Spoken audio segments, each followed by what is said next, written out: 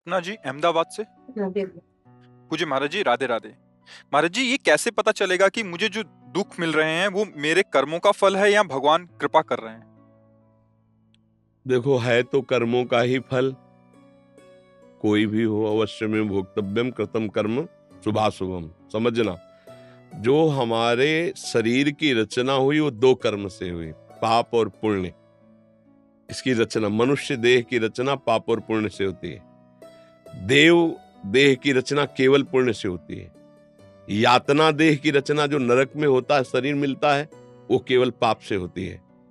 अब ये रचना पाप और पुण्य दोनों से हुई है, तो इसको सुख और दुख दोनों मिलेंगे। सुख कौन से? बनावटी माया के। क्या सुख?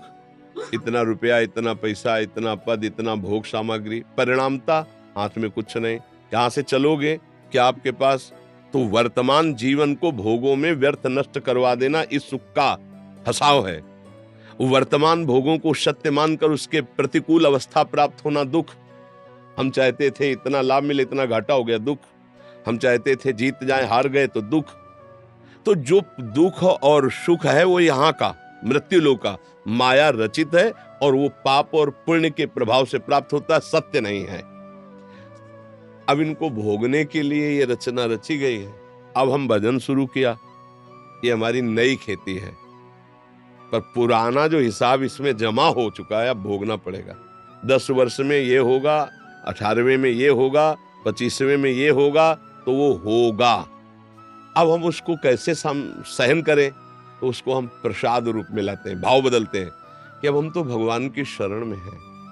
अब हमारे कर्मों का फल हमको नहीं, भगवान की कृपा मुझे जैसे चाहे वैसे रखे। अब अगर दुख दिया है तो ये भी भगवान का प्रसाद है। कड़ुआ है तो प्रसाद है, मीठा है तो प्रसाद है। भक्त भाव के द्वारा सहते हैं। तत्वतः वो कर्म का ही फल है।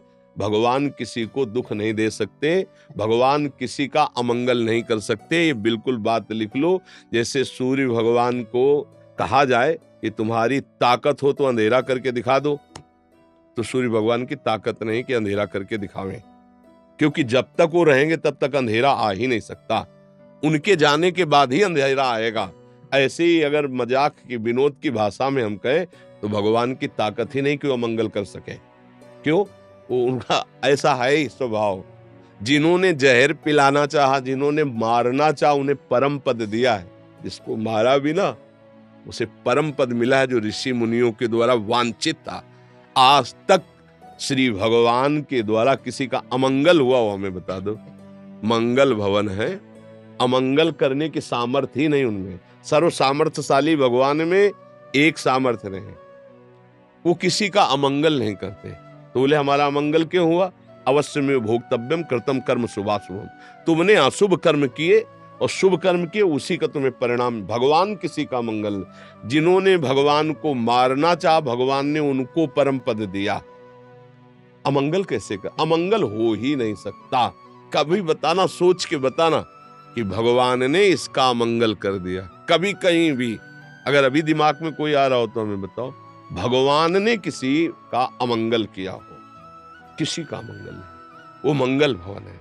हमारा मंगल, हमारी प्रियता ही भगवान की तरफ से। सब मम प्रिय सब मम उपजाए। जो प्राणों का पोषण करने के लिए भगवान ने व्यवस्थाएं की, वो गाली देने वाले को भी हो रही। कितने कृपालु हैं, वो किसी का मंगल करते हैं। जो भगवान को गिन गिन कर गालियां देता था शिशुपाल, वो परम पद में गया? नहीं गया।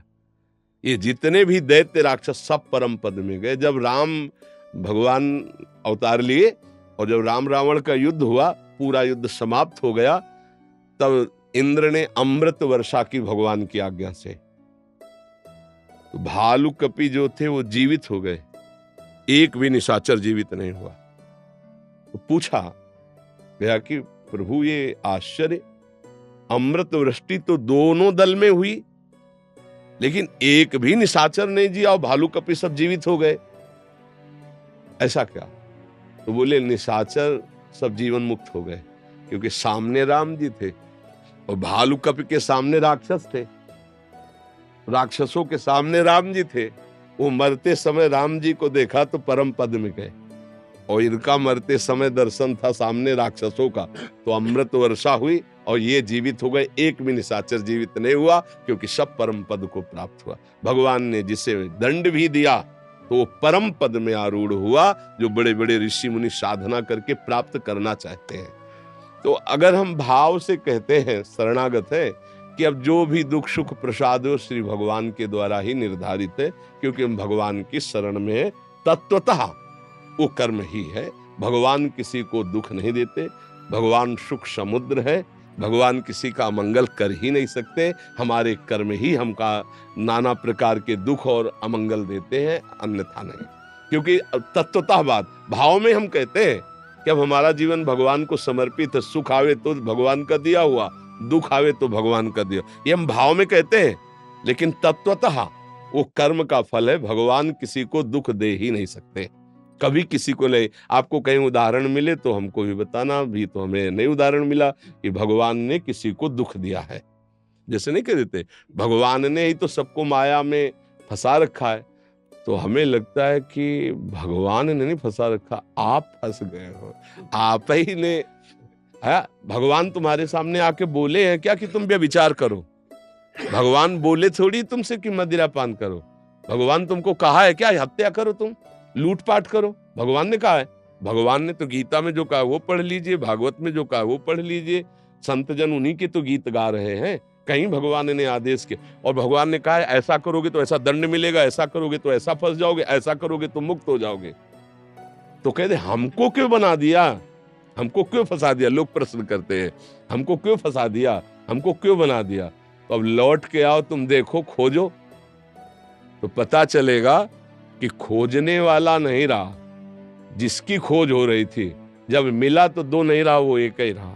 अर्थात आप वही हो, भगवत स्वरूप हो, अपने स्वरूप को भूलकर, अपने महिमा को भूलकर इस देह भाव में फंसकर गलत आचरणों में चले गए तो आप बंध गए। नहीं, आप वही हो। जब कोई अपने स्वरूप में आता है तो अपने लोग भी कहने लगते हैं ये तो संत नहीं, ये तो साक्षात भगवान है, कहने लगते हैं ना। क्यों? क्योंकि अब आ गया स्वरूप, उस बातों को छोड़ दिया।